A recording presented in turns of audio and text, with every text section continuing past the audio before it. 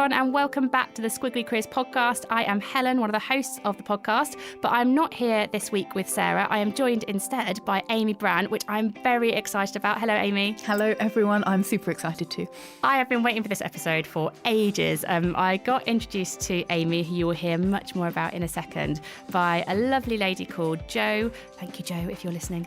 And she mentioned Amy and her work in neuroscience, and then I started to stalk you a little bit, and one of your books became my coaching club's book. I say coaching club, it's me and somebody else and either a glass of wine and coffee talking about books that we love. We just knew that we wanted to talk to you on the podcast and share some of your wisdom and thinking about neuroscience with everyone. But maybe before we get into that, I know that you are a neuroscience expert, and I wondered, in terms of the context of your career, so we talk about squiggly careers at Amazing If and people kind of moving and it's not always a straight linear progression to where they've got to be. How did you become a neuroscience expert? Well, I think I can definitely subscribe to the squiggliness that you describe. So it all goes back to when I was 3 years old. Oh, wow. But recognising that we might want an abridged version of this, my mum tells a story that ever since I was 3, I would look up at her having an intimate procedure done by her male GP, and I was just heads all in, very interested. What's going on? And the doctor turned in all his wisdom to me and said, oh, when you grow up, do you want to be a nurse? And apparently I looked back at him and said, no, when I grow up, I want to be a doctor. And that was sort of what consumed me for the next, until I was 18 and went off to medical school. I was always fascinated by how we worked and how we could work optimally. And there was a lot of sort of care for when people are going through challenging times and thinking that we can look after them in the best way we can, even when people are struggling. But I went off to medical school having become really fascinated specifically with the brain. So my idea of going on holidays was a suitcase filled with a couple of bikinis and a lot of books. And they're still pivotal books in the field of neuroscience and quantum physics now. But when I got to medical school, I started getting involved more with training and sort of global organisations that shape medicine and how we teach med students. And I can remember distinctly standing on the shores of a Macedonian lake with one of these big conferences, about 800 medical students from around the world, and just thinking the training that I've been doing with them on leadership and intercultural skills, wouldn't it just be amazing if you could do this for a living? But never having realised there was anything else out there, I then returned to England, back to medical school, and actually pretty soon after that made the decision during a medical exam that I wanted to leave medical school and In the medical exam? Oh, wow. What was the exam? This exam was lots of pussy penises, I'm afraid. You asked. But Image not leaving my mind. No, it doesn't. One's mind might wander during those sessions, and I crafted out this whole alternative plan for me. So I left, I bought a bottle of champagne, I went home, I enrolled to train as a coach and also do some of a British Sign Language interpreting degree. That's a big day. It was a big day. It was a big day, but a good day. It did happen quickly. Yeah. Some might caution against that. For me, it's been amazing. Yeah. And from there... So you finished medical school? No. No, midway through. And what did your family say? Well, my dad never wanted me to be a medic because he said you work with sick people all the time, which is true. And my mum just wanted me to be happy and do what I wanted to do. So that's what you want from a parent, isn't it? I'm also storing that advice as my parenting advice. Just make your children happy. I think there was probably a bit... No, I don't even think there was we're so proud of you going to medical school. But I never really felt that. And I know for a lot of people, especially at UCL, it's London University, it's very multicultural, and a lot of people were there because their parents wanted them to be there. But I'd never had that. So it was always my choice. So headed off, did the coach training, worked as a coach for a while, but always the answers to questions, I was reverting back to neuroscience, what I knew of the brain from medical school, but more from all of the books that I'd consumed. And the pace was picking up in terms of the insights from neuroscience even 15 years ago. And then we just started to reach out more to companies because we believed we could have more of an impact there. And a lot of people's individual challenges could be removed if the organisation was just that bit better and didn't create the problems in the first place. So that's why the attention changed to organisations. But I was going into a lot of big corporates, about 25 years old, saying to them they needed to pay attention to how the brain worked. And they were saying to me, I remember some of these big, MDs in suits going, well, what do I need to read on this topic? And I'm Give thinking, me the tick list. Exactly. And I wanted to give them a big pile of academic papers, which all make the argument really compelling. You need to learn how your employees' brains work. But I didn't think that they were going to invest the time in reading that. So that's when I then wrote my book, Make Your Brain Work, with a view, not thinking it would get published. It's a very competitive world, and just thinking I'd have to self-publish. But it got picked up by a publisher, and so we ran with it. And that just opened doors and then made it easier. And Synaptic Potential is your organisation. And so you would form that at that point, or did that? Yeah, we'd formed that, pretty much when I came out of medical school and my husband joined me in the company. I was going to say who's we. Okay. Yeah. So you work with your husband. I do work with my husband. Ooh, that's a different conversation. And it's been amazing because it's meant that we can spend as much time or as little time as we want together. Yeah. And we have different gifts, different skills that are contributed to the company. And I tend to lean more on the academic side of things. Yeah. So when we collaborated with the Wales Centre for Behaviour Change, which just came about because I'd reached out to one of the professors there, a professor of psychology who also had a background in neuroscience, and I liked some of what he was researching. Yeah. And then I met up with him, and then he started to write for us. And then when they formed this Centre for Behaviour Change, which was an interdisciplinary team with neuroscientists, behavioural scientists, design thinkers, it was an amazing team, but it meant that he knew us to support on the business application side of things. What I love when I'm listening to your story is how organic it sounds. So you basically followed a passion and a discipline and something that stimulated and challenged you, and then you've been really open to where that's taken you, and you've maybe been attracted to other people who shared that passion and attracted to the same kind of challenging things as you. And it sounds really organic. It's lovely. It wasn't like some big career plan, which we actually caution people against having a really rigid career plan, because we think in a squiggly career, if you can keep yourself open and you have curious conversations, actually it can lead to really unexpected and positive outcomes for your career. And it sounds like that's kind of where you're still going, right? You're just connecting with all these like-minded people who are stimulated by the things that you know and are still learning about. Absolutely, 100%. Couldn't have brought it together better. It's exactly that. And it is still happening, just as you said. So for the last couple of years, while we've been working with these global organisations that are really passionate about helping people shape their brains and understand more about how they work and how they can work better, I've been constantly thinking, this is stuff that everyone should have access to and everyone should know about. And I certainly teach my 6-year-old daughter about things and her friends about things and go into her little school and teach them. But I think that all children should have access, and it's been on my mind. And then recently, a great guy who's a professor of coaching, I want to say. He's written a brilliant book. He's written many brilliant books, including one on coaching in education. And by chance, we live in the same hometown, and we met up for coffee, and he's just moved what he's doing to focus on this coaching in education organisation, doing brilliant work based in Australia, but around the globe. And there's scope for us to contribute our neuroscience underpinned resources for children. So you just never know. And I'm so excited about that and getting that out there. That'd be amazing. But I think because they're teaching growth mindset in schools now, aren't they? Which I know gets featured in your Engage book. Imagine if our children at school are learning about neuroscience and growth mindset. I feel a bit shortchanged in my education. I think I learned Pythagoras' theorem or something. I missed out the bit. So we've kind of mentioned neuroscience without getting into what it is. This is going to be impossible to do. But neuroscience in a nutshell, or maybe neuroscience in a brain cell, like we keep it small. What, for people that aren't really aware of what it is or can't define it, what is neuroscience? And maybe the second question that may be more important is, in the context of work, why should we care about it?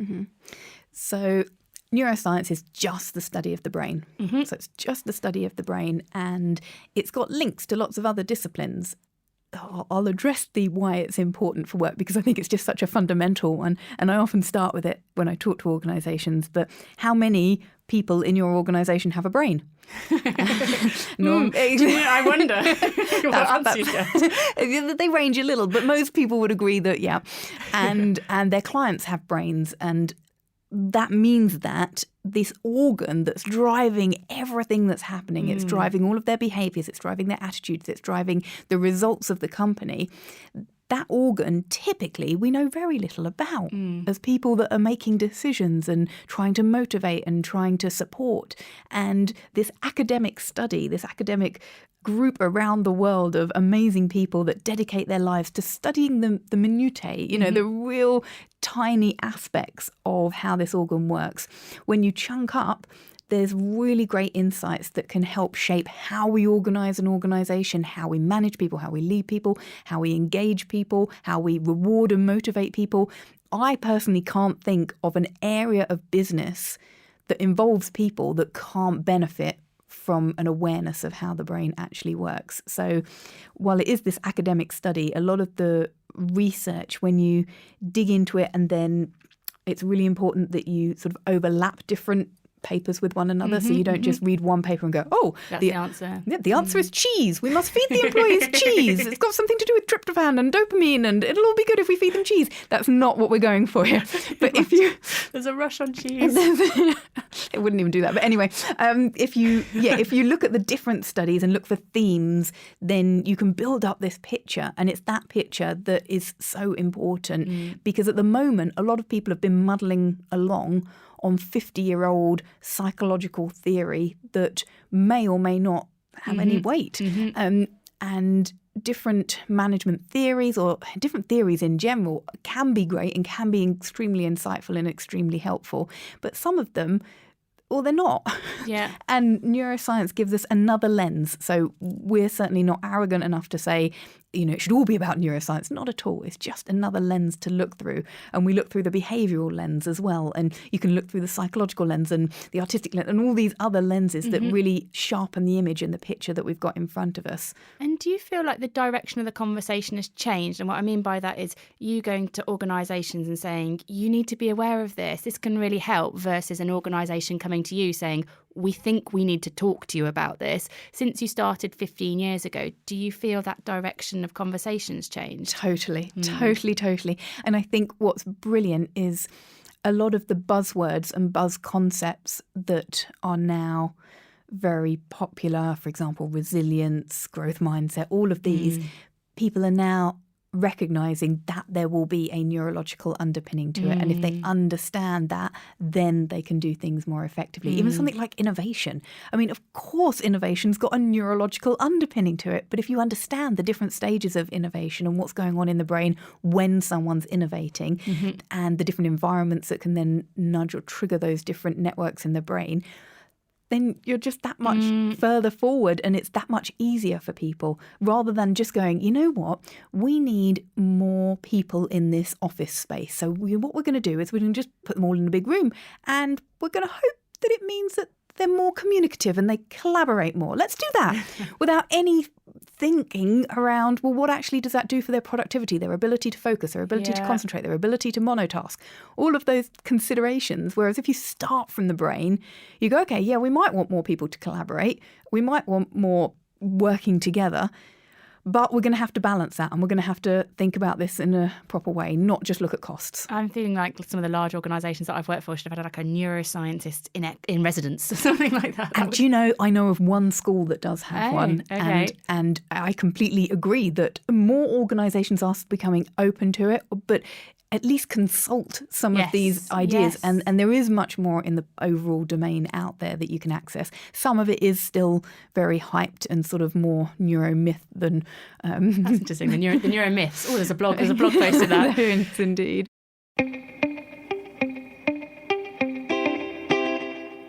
So I have read two of your books, and they're both quite different, actually. I've read the Neuroscience for Coaches and I've read Engaged, and highly recommend both of them. And I would say when I was reading Engaged, I was making sort of quite actionable notes about what can I talk to people about in the companies that I work for? How can I weave that into the programs that we run for companies? And when I was reading Neuroscience for Coaches, I was thinking, oh gosh, I definitely need to improve my thinking around how I've been doing things. I ended up with a drawing. I printed off a picture of a brain, and I have got an annotated picture of brain at home from your book that I was just writing down notes and thinking, God, I need to put everything that I'm learning in this book into, I think visually, but some kind of visual picture. And I suppose my reason for saying that is there's a lot. Like, it's not easy and it's complex. And I think you do a brilliant job of making that accessible. But just some of the language is language that I've never come across before. And I think people might have heard about things like dopamine, but when we're getting into, I don't know, the neurofrontal cortex or all those kind of things, suddenly you have to almost have Google on one side and the book on the other. And I can see why it's challenging for people. And I thought in the terms of this podcast, what would be really helpful would be to focus on 4 areas where people can take action from the insight. And I thought maybe if we can take our conversation towards that, then people listening will be able to, I think I would love to talk to you all day just about my annotated picture. It's probably not going to be... I want to see it. I'll take a picture for it. It's probably not going to be interesting for anyone but me or you. So if we go into one of the areas, that I think the first area for me that really struck me when I was reading both books was the importance of sleep. And I know, Arianna Huffington's covered a lot on the importance of sleep, but when read about it, particularly engaged, actually, I was like, wow, this organisations should be paying the things you talk about, sleep training and all of that kind of stuff. I thought was fascinating. So maybe if we can talk a little bit about neuroscience and sleep and how they connect and what people should be doing to help their brain and help them be their best at work. Absolutely. So it's really simple. Sleep. We need to sleep. and that's it. Why? So we don't fully understand all of the ways that sleep works. But as a baseline, we know that when we sleep, it's thought that toxins that build up during the day in fluid get cleaned. Mm-hmm. And just like you wouldn't spend a day in London and then go home and snuggle up to your partner, and then the next day go to London again and then come home again and snuggle up next to you, at some point you need a shower, right? To get rid of all that grime that's built up. I think I do that. But it's the shower element. It's the shower element. Yeah, we'll get there. So cleaning our bodies, cleaning our teeth. We wouldn't like that furry build up on your teeth, would we? Yeah. So just think about that and your brain. You don't want that build up of toxins in your brain. What you want is to sleep, to enter into a different state of consciousness and to allow your brain to do the normal natural processes that it needs to do. And the benefits of doing that are that we consolidate memories. I was talking to a friend's teenager just the other day, and they were in the middle of GCSE exam revision and they were tempted to go out for a party that night. And he was saying, well, I'll get the 6 a.m. train back, so I'll be straight back on it in the day. I said, you could. Having time out is really important, isn't it? It's like, but it's not just tomorrow's work, is it? It's the memory consolidation from today. And he was like, scared for life. Well, but he just put in a really big day's work. And when we've put in a really big day's work, we've learnt new things, we've come up with new ideas, we've read new papers, whatever we've done during the day. If we don't get a good night's sleep that night, then that day is depleted in terms of the value because we're just not consolidating it. Our brain doesn't have the chance to put everything into the boxes. That's how I think of it. And do you think that, I'm thinking of examples like Elon Musk.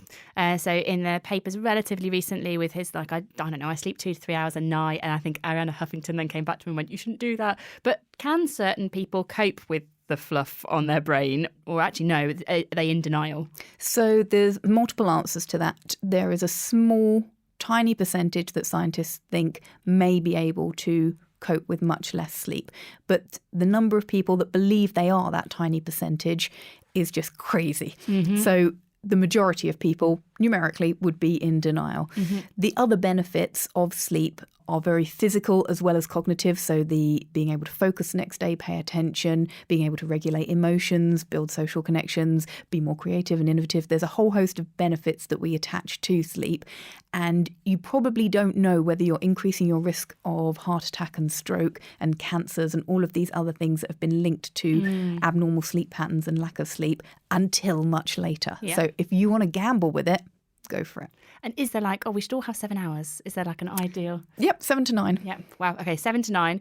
And in terms of the quality of sleep, so I guess there's the quantity, so it's 7 to hours. In terms of the quality, I think I was reading in your book about alcohol can affect the quality of it. I think was it in the second half of the sleep, that alcohol, so it might get you to sleep, but actually the quality of your sleep isn't so good. And, the phones by the bedside kind of thing, that technology towards bed affects the quality of the sleep. So it's having good sleep. Good sleep, absolutely. And there have been brilliant books published in the last year, in 2018, raising the profile of sleep. So a lot of our sleep academics have now stepped up and are voicing this more. So there's there's really no excuse. It's up to you if you choose to ignore the facts and the evidence, but it's all out there in terms of sleep hygiene, how you can try and help yourself get to sleep. And there are for sure people that really struggle with this and that need additional support to get to sleep, to stay asleep.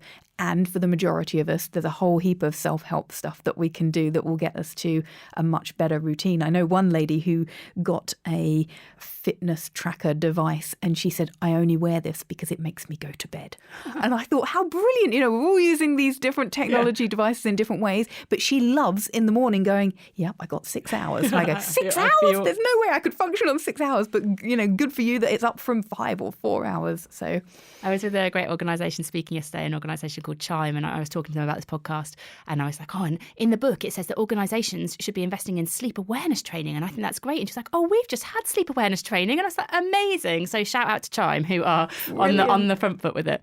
Okay, so everybody sleep 7 to 9 hours and make sure you're investing in quality sleep. What I'll do as well is I'll put some of the resources on the blog post that will accompany this podcast on amazingif.com, and I'll put some of the books in there, so if people want to dig into that a little bit more, that they can. And just the last thing on that, sometimes I get asked, what could organisations from a design layout perspective, because beds? Yeah. Oh, really? A nap room. If we trusted our employees that when they were feeling tired to go and have 20-minute naps, it would be amazing. Yeah. I don't know why we don't. My dad used to run a law firm. He used to close his door and lie in front of the door. And they just knew, Nigel's napping. Because I work quite flexibly, I can nap, and I do. And it just, in training sessions, if I'm ever running workshops, I always say, look, guys, if you're tired, I would much rather you just go and sleep in the corner for 20 minutes than struggle to keep your eyes open. I know what it's like mid-afternoon. Sometimes you just feel that, So don't jump on your phones in the break time. Go and have a nap room. Okay, maybe we might have to weave that into our courses. It might change the venues that we select for places. Just put some pillows on the floor. That'll be fine. Yeah, pillows and cushions. Yeah, all good. And some relaxing music. So the second thing when I was in the book, and there's so much been done around motivation and the motivation theories, and Sarah and I went to uni together quite a long time ago now, and we did so many classical motivation theories. But I think when I was reading the book, the role of neuroscience and your brain in terms of where you get your motivation from and what reward really means and how you can use insight about your brain to kind of make reward more rewarding. I found that quite interesting. So what's the relationship, neuroscience and motivation? What can we learn about there? So I am going to mention a jargon term, but it is one that we've mentioned before. So this chemical dopamine is a neurotransmitter. It's really useful for so much in us, and it can be triggered really easily, and it's released as part of the reward network in the brain. So there's this whole system in the brain that's called the reward network. It involves lots of different brain areas. Language. Absolutely. I know I won't mention the anatomical regions, but the reward network triggers every time something is clocked in our brain as rewarding. So it doesn't have to be something that practically we would deem as rewarding. So some of the darker side maybe of this network is that it would be triggered when a gambling addict gambled and they lost. Because they get addicted to the dopamine. So the dopamine reinforces our behaviours. So it's anything that we do that's a trigger can trigger the reward network, which triggers the release of dopamine, which reinforces the behaviour. Got it. So it's part of the mechanism that makes something motivating to us and reinforces that behaviour, and so could become addictive to us. So eating can be addictive, drinking, all of these things can be addictive, but so can reading great books on the brain. Each time I read a new book, it's all consuming. And for others, it might be something else, but watching Netflix. Absolutely. And it's worth noting that so much of our technology and the companies that are making things know how to trigger this reward network. Phones, notifications. Everything. Yeah. And it can be used for good, like Duolingo. Yeah. I love the fact that it reminds me and it rewards me, and I want to keep going with that streak and all of those sort of things for building language learning, or that the fitness trackers that can help the less mobile of us take a few more steps a day, because that boost of when we achieve something, they all work on our reward network. Yeah. But our reward network itself is not choosy. We're conditioning it. Yeah. So if it's that someone's not too keen on water, we might have to recondition ourselves to like and want water, and quite often to distinguish between some different systems within the motivation process. I ask someone, how much are you liking this water right now? And they're, well, I'm going to take it or leave it.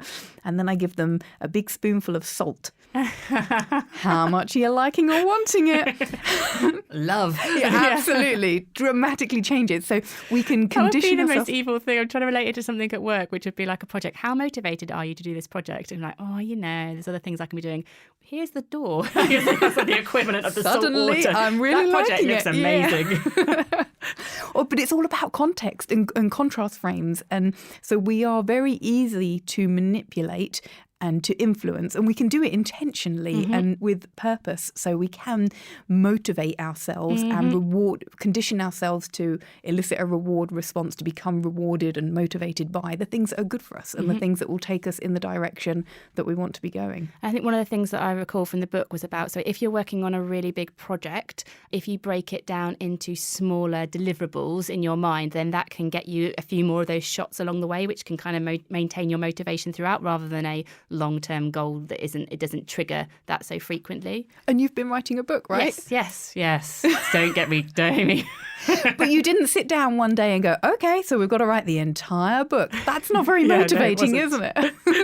But breaking it down into chapters or chunks or different angles and then ticking off that you've done that individual bit, I'm sure helped get you through. Yeah, we're very nearly through. We're like a week from the final bit, and that, I feel like, with the dopamine is building. It's definitely building. And it does with anticipation. So when you're looking forward to going on a holiday, you activate that same reward network. So it's not just about when something's been achieved, it's the anticipation of something as well. So I'm trying to think for practical things that people can do in the office to help themselves with this. So the first would be, if you've got a big project, break it down into those smaller things so you can kind of build the motivation reward. The other thing would be maybe think about the positive future. So what your job will look like when, what this project will look like when, that kind of, so, and then that anticipation can create some and trigger the brain in that way. Absolutely. And also, if it's possible, to create the state of flow when you're actually doing it. So rather than put off the reward, actually find a way to intrinsically enjoy and trigger the reward response during the actual doing of it. So sometimes that takes more work than other times. But yeah, there's lots to intentionally reshape us, but ultimately upfront work to recondition ourselves so that the things that we're doing are enjoyable, are triggering a reward response, helping us to then focus, because dopamine's great for that, helps us to focus and concentrate as well as reinforcing the behaviours.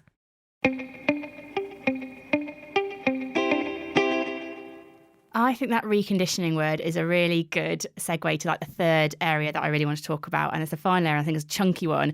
So in the book, repeatedly, when I was reading Engage actually, and the Neuroscience for Coaches, the importance of mindfulness and meditation. I'm thinking of the conditioning. That's what I came away in thinking, that partly sleep can look after your brain and then also the role of mindfulness. But I think reading the book, it made me think, wow, this isn't like just a nice to do. This is a really part of in a work environment where we've got all these distractions going on by people that are like you, probably working for those organisations, trying to, on the other side of the fence, work out how we get addicted to them. Actually, one way that we can maybe take some control back of our brains is this being more mindful, maybe practicing meditation. Can you talk a little bit about the value of that and maybe actually what it's doing in your brain when you do that? I think the first thing to say is that there are lots of different ways to rewire the brain. And one of the reasons that mindfulness is so easy to cite is because there's a really great body of neuroscientific evidence underpinning it. So different studies have shown different things, but what's a fairly universal evidence is that you increase connectivity between a very cognitive region of the brain called the prefrontal cortex, for anyone into their jargon, and a deeper region within the brain called the amygdala. But the increased connectivity, so more neural pathways, more roads on the highway between these two regions in the brain, means that people typically report better emotional regulation. So rather than fly off the handle at work or burst into floods of tears or just feel completely overwhelmed, they're better able to regulate their emotions because there's more communication going between the two regions. And that's been built up through the practice of mindfulness. But it's not just mindfulness that's fantastic. There are lots of other forms of meditation which have different effects on the brain. So again, I'm going to come back to being intentional with how you design your brain, how you recondition your brain, rewire your brain to be the brain that's going to best serve you in the moment. So if you've just had a baby and you are sleep deprived and stressed out and going back to work, then for sure, mindfulness is a good place to start because it will help with your patience, help with your attention, your focus, ability to emotional regulate. That's definitely a good zone for that. But if, for example, we speak to lots of men that might say, actually, I could really do with increasing my empathy at work. People are saying that it's an area that could do with some development. Then there's quite an out there form of meditation, some might say, but it's got a good evidence base to suggest that actually it can increase empathy and increase another chemical in our brain called oxytocin, which typically men have less of than women. So this is a loving kindness meditation, and you can Google it and you can build up. Sarah and I actually did a loving kindness meditation on a giant cloud in this beautiful hall somewhere near Westminster with this bag company called Anya Highmark. And we just stayed on this giant cloud. It was a very surreal moment in our friendship together. But yes, it was lovely. Probably firing lots of oxytocin then. Absolutely. Yeah. And I think the thing also to raise is that a few decades ago, these practices would have naturally arisen in our day. It might be that we were playing a musical instrument. It might be that we were playing a sport. It might be that we were doing the washing up, but we were doing those things mindfully. So those networks within our brain were being strengthened through the practice of different things. So these networks are not just strengthened when we sit and go or practice a particular body scan meditation or whatever it might be. They can happen naturally, organically in daily life that we're enjoying. But I challenge whether today, when we have a moment of downtime, whether we look at our phone. Whether it's real downtime. Whether we turn something on to listen to while we're doing something. So again, we're activating a different network in the brain rather than these other networks, which are equally valuable. Just because we don't see ourselves producing something doesn't mean that they're not really strengthening our brain in a helpful way. I really struggle with that. It's definitely like on Helen's development list for this year, to not fill the blank space with activity, like just have the blank space, like let your mind wander, daydream, whatever it is. Like on a walk, I kind of go, oh, I'm going to walk, that's great podcast time, but suddenly I'm engaging a different part of my brain rather than actually just being a bit more mindful and kind of intentional with what I'm doing.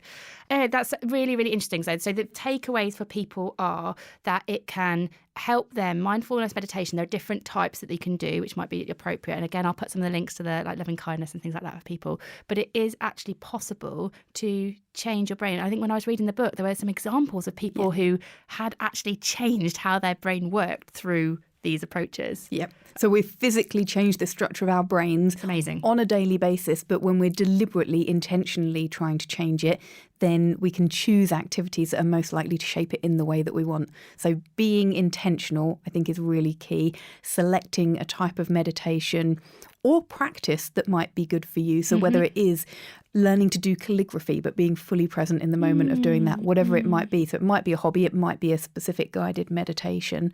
And then seeing if you can work that into your daily routine. It might even be, I know organisations that take a mindful minute before they start a meeting and actually just giving people blood pressure a chance to come down, some of their cortisol levels to reduce, engage themselves, be present, think about the other people in the room, connect. All of those things are going to have physical, structural changes in the brain occurring, which could then benefit what's coming. And just maybe to close on that point, the mindful minute. So if people, because that's nice, I really like that. So that's the start of a meeting.